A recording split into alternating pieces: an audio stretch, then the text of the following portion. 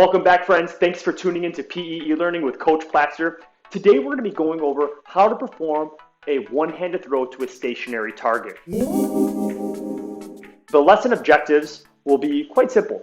The student will be able to perform a one-handed throw to a stationary target following this proper sequence of cues by the end of the lesson. Also, you'll be able to successfully hit the target at least 70% of the time by the end of the lesson. For my K to second graders, we are going to be learning and focusing on target and throw. For my intermediate grades, we're going to be working on focusing in on dominant and athletic stance.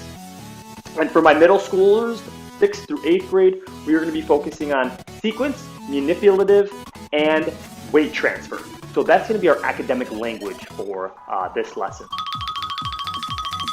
The first thing you're going to need is a ball or a manipulative to throw. So that's something that you can make out of either a sock or a ball, a softball that you have in the house. 2 is going to be a homemade target. So that's something real easy that you can do. You could just take a piece of paper, draw a big red circle on it, and that could be your target, or you can print a target out if you have a printer at home. You need a chair or a wall to put the target up on. You will also be needing distance markers. You will need a tape measure. You will also need some good music and a timer that I will provide the link to. All right, let's go over the sequence of cues. First, we're going to start with our feet and our stance. Our stance is super important, and you want to make sure that your feet are shoulder width apart.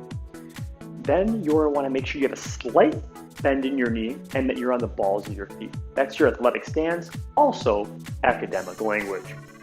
You're going to make sure that you're manipulative, in this case, a rolled up sock that's in the shape of a ball, both academic language, ball, and manipulative. Then you are going to make sure that's, again, in your dominant hand. Now you are going to bring your dominant leg and dominant side back. So what I mean there is you're going to take your dominant leg, and that's going to be the leg that you kick with, or the dominant side is like the side that you write with.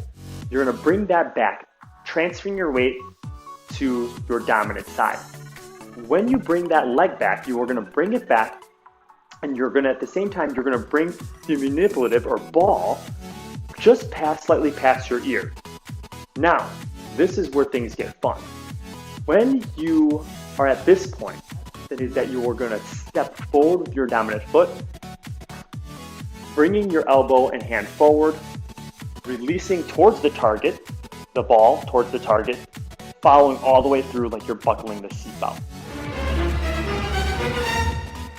Some common errors when we're throwing. People will have their feet together. They will step with the wrong foot, with their non-dominant foot. They'll also have the manipulative or ball in their non-dominant side and throw with their non-dominant hand. For our first activity, we have it all set up here. As you can see, I have my printable target taped up on my chair. I have my markers here that I measured out with my tape measure. My 10 balled up socks. These are my manipulatives. These are the balls that I'm using. This is going to be for our activity. So I personally will be throwing from the 6-foot starting point. I'll just do one round and we'll take it from there.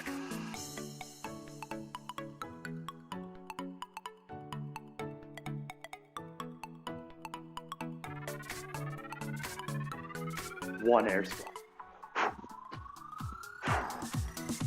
Well, that was fun. So I missed once, maybe twice. So that means I would take one step back to make it a little harder. And then you would do that 3 to 5 times. Time to level up.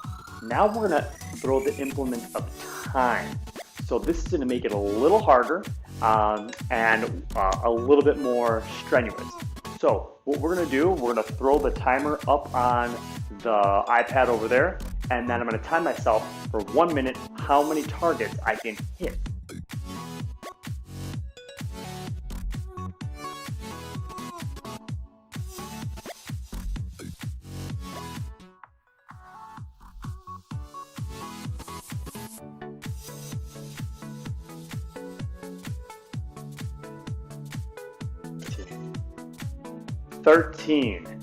Thirteen. So next round, hopefully I get a little better. Whew, that was a lot of fun. I hope you had just as much fun as I did.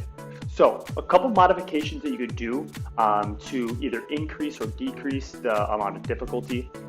You can either increase or decrease the starting distance or the distance in general. Also, you can throw, if you have a partner or somebody at home that you could do this with, you could throw to a moving target. You can also throw using your non-dominant hand. So you do all the sequence cues, except using your dominant side, you switch to your non-dominant side.